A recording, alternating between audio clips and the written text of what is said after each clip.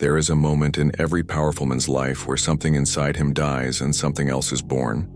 It is the moment he stops expecting the world to care.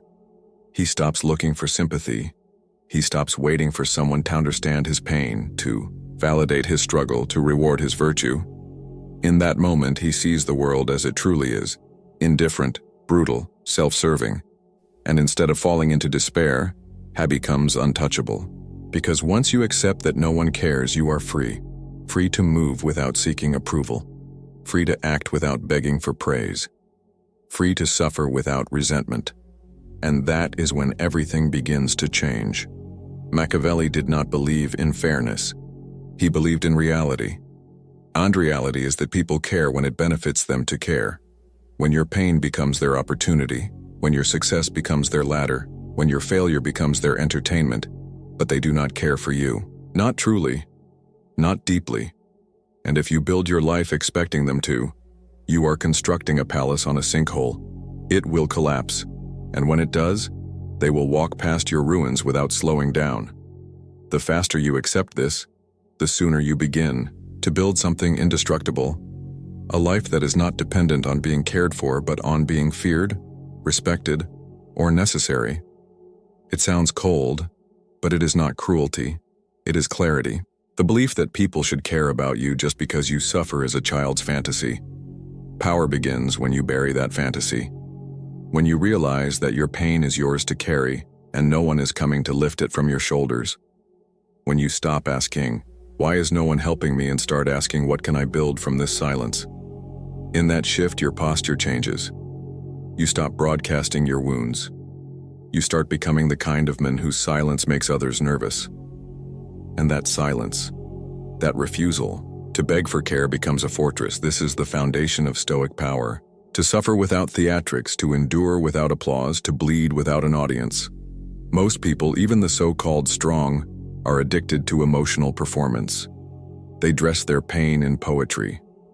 They hint, they complain, they seek pity, disguised as honesty.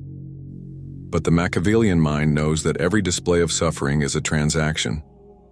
And when you keep doing it, people begin to see you as cheap. Every time you show your wound, you lower your value. People stop seeing strength, they see someone trying to be seen. And the moment that becomes obvious, you are finished. This is not to say you must feel nothing. It is to say that you must reveal nothing unless it serves your strategy. The world rewards strength, not need. And the fastest way to become strong is to act as though no one cares, even if part of you still hopes they might. Because when you act like no one cares, you stop waiting. You stop delaying your evolution. You stop leaning on invisible support and start training your mind to walk through fire alone. That kind of man doesn't need applause. He doesn't need pity. He doesn't even need recognition. He becomes a force, and people feel that force the moment he enters a room. This is where power becomes magnetic. Ironically, when you stop caring whether people care about you, they start to notice you. When you stop trying to be understood, you become intriguing. When you stop begging for loyalty, people chase your approval. Because indifference, real, earned, grounded indifference, is rare. Most men pretend not to care, but underneath, they're seething. The Machiavellian man genuinely doesn't care. Not because he's broken, but because he understands how the game works. And everyone else, still hoping to be loved for free, feels that difference. It unsettles them, and what unsettles others commands them. Think of how many people operate. They shape their identity around being liked. They say what sounds good. They post their struggles in hopes someone will comment, "You're strong." They share quotes about resilience but melt under pressure. They want the appearance of toughness but the safety of sympathy. That's not strength, that's decoration. True resilience is invisible. It is the man who walks past you with heavy scars, and no need to explain them. It is the man who doesn't share his pain because his pain is his weapon. That is the man people begin to fear, then follow. Machiavelli would say, "Stop advertising your hardship. Use it. Every time you're tempted to complain, pause and remember no one cares. Not deeply, not consistently. And that is not a tragedy. It is liberation. because once you accept this, you begin to move differently. You stop over-explaining. You stop trying to justify your existence. You stop asking for forgiveness simply for being ambitious, aggressive, or unapologetically focused. You realize that caring too much about being cared for is the softest form of slavery, and freedom begins when you let it go. Here is where the Stoic merges with the strategist. When no one cares, your losses become private. Your growth becomes secret. Your ambition becomes surgical. You build in silence. You endure in silence. And then one day you emerge, and no one knows how you got there. Because while they were watching the loud and needy crumble under the weight of ignored expectations, you were becoming a ghost that moves through fire untouched. You didn't need applause.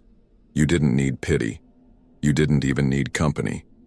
You needed the silence because the silence taught you the truth. Power belongs to the man who doesn't beg for care. But this shift is not easy. You will be tempted to reach out, to explain, to seek connection.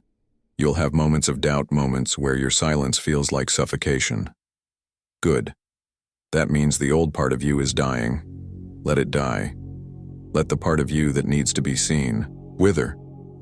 Let the part that rages when ignored fall silent, because underneath that noise is something terrifyingly powerful. The man who moves for himself. The man who rises not because someone lifted him, but because he dragged himself up by sheer force of will.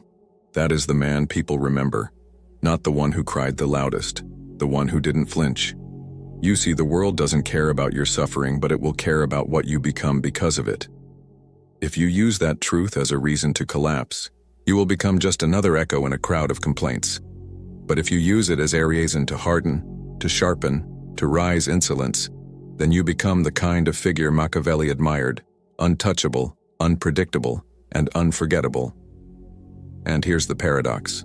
When you no longer seek care, when you stop needing to be understood or helped or held, you gain influence. People want to be near you.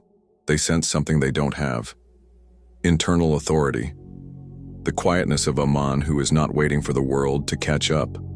The stability of someone who's already buried his need for sympathy. That kind of presence changes rooms. It shifts dynamics. It makes the weak imitate you even if they don't understand what they're imitating. This is why Machiavelli wrote for those who sought power, not pity, because pity ends when the mood changes. But power, real, silent, indifferent power stays. When you accept no one cares, you no longer depend on the emotional weather of others. You stop asking for shelter and build a kingdom out of stone. And from that kingdom, you look out not with hatred, but with clarity. You do not need revenge on those who ignored you. You thank them because their silence helped you find yours. And in your silence, you found yourself. Once you've crossed that invisible line, once you've truly accepted that no one cares, you enter a state few ever reach. The world becomes quieter. Not because there's less noise, but because you've stopped listening for applause. You've stopped scanning faces for signs of understanding. You've stopped editing your behavior to win affection. And in that silence, you begin to hear something else. Your own mind, unfiltered, unchained, and sharper than it has ever been. Because you're no longer performing. You're building. This is when the transformation becomes irreversible. You stop waking up with the question, will they care today? Instead, you wake up with one question. What must be done? You begin to treat your suffering the way a sculptor treats stone. Not something to be shown, but something to be carved. Every betrayal, every failure, every moment of invisibility becomes material. You don't cry over it.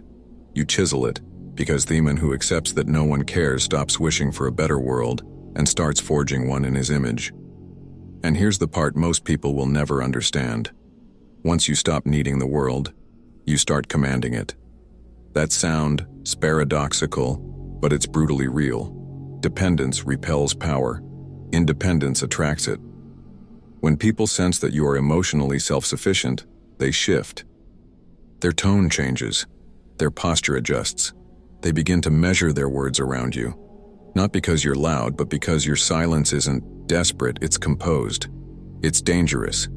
It means you are not bargaining for approval. It means you're operating on your own terms. And people fear those terms even if they admire them. Look at the strongest figures in history, whether rulers, thinkers, warriors, or builders. The common thread wasn't that they were loved. It's that they didn't need to be. Marcus Aurelius ruled an empire while losing children, enduring illness, and facing betrayals that would have broken most men. Did he collapse into public despair? Did he campaign for sympathy? No. He wrote to himself in silence. He reminded himself daily, no one is coming to save you. Be your own fortress. That is Stoic reality, and it is Machiavellian too. Not because it is cold, but because it is effective. Niccolò Machiavelli knew that a man who expects care from the masses is already conquered. Why? Because the masses are fickle. Today they chant your name. Tomorrow they demand your head. If your power depends on their affection, then your power is borrowed. But if your power comes from your indifference to their affection, if you lead whether they cheer or jeer, then you are untouchable.